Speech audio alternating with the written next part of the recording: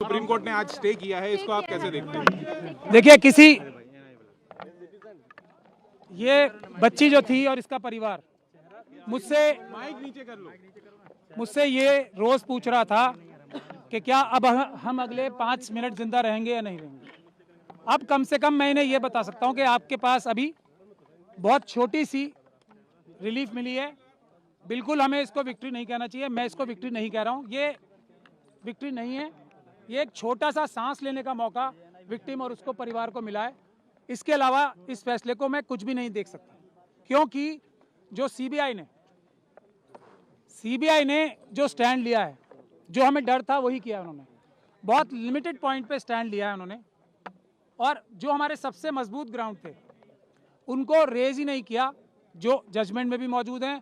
और अगर सीबीआई के पास तो हमारी रिटर्न सबमिशन भी मौजूद थी ना, जो हमने हाईकोर्ट में फाइल की थी, ना उन्होंने हमसे कंसल्ट किया ताकि हम उनकी पिटीशन बेहतर बनाने की कोशिश करते, ना उन्होंने हमें पार्टी बनाया, और कोशिश ये की कि हमें लास्ट मोमेंट तक उनकी जो एसएलपी फाइल है वो भी ना मिले। तब आज भी, लेकिन मैंने आपको पहले भी कहा है, इस बच्ची और इसके परिवार के खिलाफ इतने ज़्यादा अत्याचार हुए हैं, इतने ज़्यादा सबूत मौजूद हैं कि अगर इतनी सी भी बात की जाएगी ना, तो कोई भी जज, कोई भी अदालत इस बच्ची के ही पक्ष में फैसला देगी। और इसीलिए इस जजमेंट को हम क्रिटिसाइज़ कर रहे थे कि ये जो दिल्ली हाईकोर्ट की जजमेंट थी, वो इतनी महान दयालुता जो दिखाई थी इस कॉन्विक्ट को, कुलदीप सिंह सेंगर को, जिसको मैं बोलता हूँ एप्स्टीन गैंग के मेंबर हैं, वो इंडियन एप्स्टीन गैंग के मेंबर हैं, उनके बहुत बड़ा गैंग भी है। और आज आप लोगों ने अंदर भी देख लिया होगा कि हम लोगों की संख्या इतनी सी थी उन लोगों की संख्या के आगे, और हमें दोनों तरफ से मुकाबला करना पड़ रहा था, इस तरफ से भी और उस तरफ से भी। तो टेक्निकल ग्राउंड पे आज कोर्ट ने फिर भी हमें मेन मेरिट्स पे सुनने का मौका, सुनवाई करने का मौका नहीं दिया, क्योंकि हमने ये कहा था कि जो सीबीआई ने बोला है वो टिप ऑफ द आइसबर्ग है। हमारे पास अभी मेजर पोर्शन है, जिसमें ये पब्लिक सर्वेंट की बात तो बहुत छोटी है ना, पब्लिक सर्वेंट के अलावा ये person in dominance in control है, क्योंकि इसी जजमेंट में लिखा हुआ है कि कुलदीप सिंह सेंगर साहब ने पंचायत होल्ड करके सबको बुलाया था अपने सामने और ये बोला था कि केस फाइल करो या ना करो, ये मैं तय करूंगा। इस तरफ की बातें इसी जजमेंट में लिखी हुई। तो हमें ये भी बोलने का मौका नहीं मिला, हमें ये भी बोलने का मौका नहीं मिला कि जो दूसरा मेजर इशू है जिस वजह से ये सस्पेंशन दी गई थी, तो वो इसलिए दी गई थी कि सिर्फ 7 साल की मिनिमम सज़ा है। अब जब मिनिमम सज़ा इतनी है तो इसको छोड़ देना चाहिए। ये एक ग्राउंड था जो हम चैलेंज करेंगे भी, अभी क्रिटिसाइज भी करेंगे।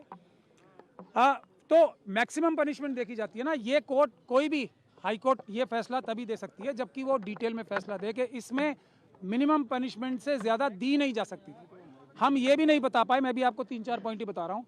हम ये भी बताना चाहते थे कोर्ट को कि जो थ्रेट परसेप्शन की बात की है वो बिल्कुल परवर्स है।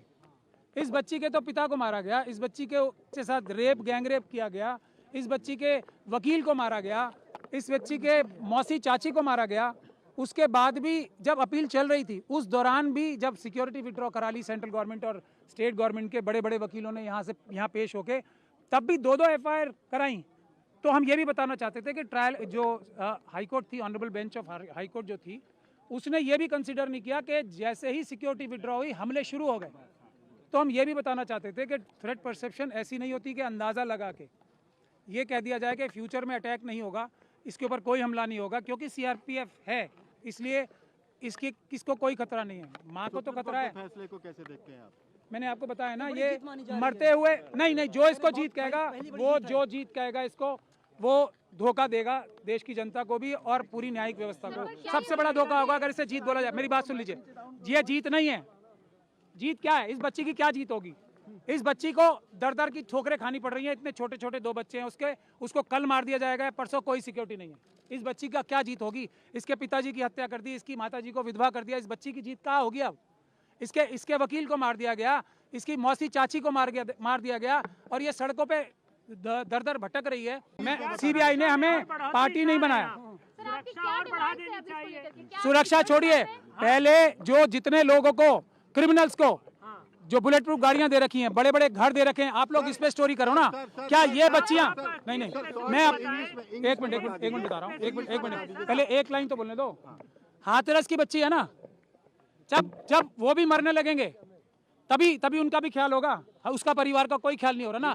ये हमारी, बस लास्ट लाइन बोलिए, ये हमारी सिस्टम का फेलियर है, हमारी सोसाइटी का फेलियर है कि हम 2 दिन 4 दिन तो किसी इशू के बारे में एक्टिव रहते हैं, उसके बाद निरंतरता नहीं होती। यही जो गिद्ध है ना एप्स्टीन गैंग के, ये बात इस बात को जानते हैं कि 5-6 दिन, 1 महीने से ज्यादा देश की जनता भूल जाएगी, क्योंकि अपनी परेशानियों में मुब्तला हो जाती है। Supreme court has also said मैं इसको, अगर आप इसको रिलीव कह रही हो कि जो इतनी एक तरीके से, पूरी तरीके से कानून व्यवस्था और सब लॉ के खिलाफ जो हाईकोर्ट की जजमेंट थी उसको रोक दिया गया, तो फिर मैं रिलीव कह सकता हूँ। लेकिन मैं इनकी बात का जवाब दे दूं, बहुत अच्छा सवाल पूछा आपने।